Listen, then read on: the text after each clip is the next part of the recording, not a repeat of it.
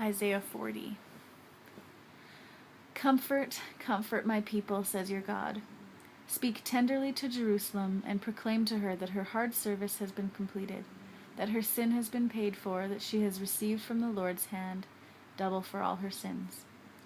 A voice of one calling, in the wilderness prepare the way for the Lord, make straight in the desert a highway for our God. Every valley shall be raised up, every mountain and hill made low. The rough ground shall become level, the rugged places a plain. And the glory of the Lord will be revealed, and all people will see it together, for the mouth of the Lord has spoken. A voice says, Cry out. And I say, What shall I cry? All people are like grass, and all their faithfulness is like the flowers of the field. The grass withers and the flowers fall, because the breath of the Lord blows on them. Surely the people are grass. The grass withers and the flowers fall, but the word of our God endures forever. You who bring good news to Zion, go up on a high mountain. You who bring good news to Jerusalem, lift up your voice with a shout. Lift it up, do not be afraid. Say to the towns of Judah, Here is your God. See, the sovereign Lord comes with power, and he rules with a mighty arm.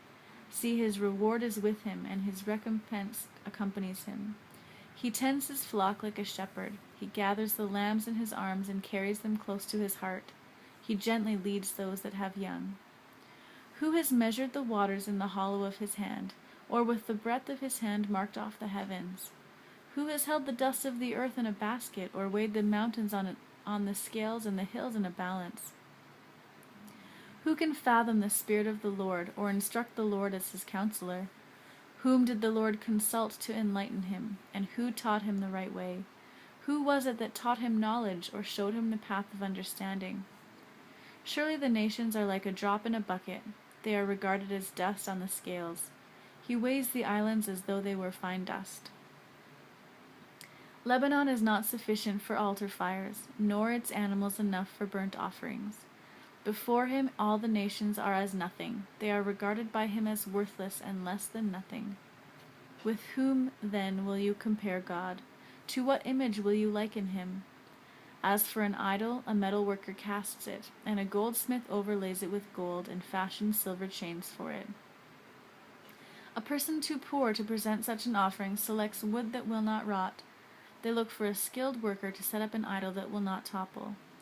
Do you not know? Have you not heard? Has it not been told you from the beginning? Have you not understood since the earth was founded? He sits enthroned above the circle of the earth, and its people are like grasshoppers. He stretches out the heavens like a canopy and spreads them out like a tent to live in. He brings princes to naught and reduces the rulers of this world to nothing.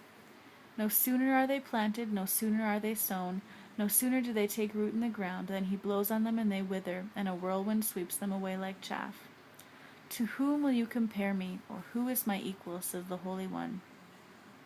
Lift up your eyes and look to the heavens. Who created all these? He who brings out the starry host one by one, and calls forth each of them by name. Because of his great power and mighty strength, not one of them is missing. Why do you complain, Jacob? Why do you say, Israel, my way is hidden from the Lord, my cause is disregarded by my God? Do you not know? Have you not heard? The Lord is the everlasting God, the creator of the ends of the earth. He will not grow tired or weary, and his understanding no one can fathom. He gives strength to the weary, and increases the power of the weak. Even youths grow tired and weary, and young men stumble and fall. But those who hope in the Lord will renew their strength. They will soar on wings like eagles. They will run and not grow weary. They will walk and not be faint. Amen.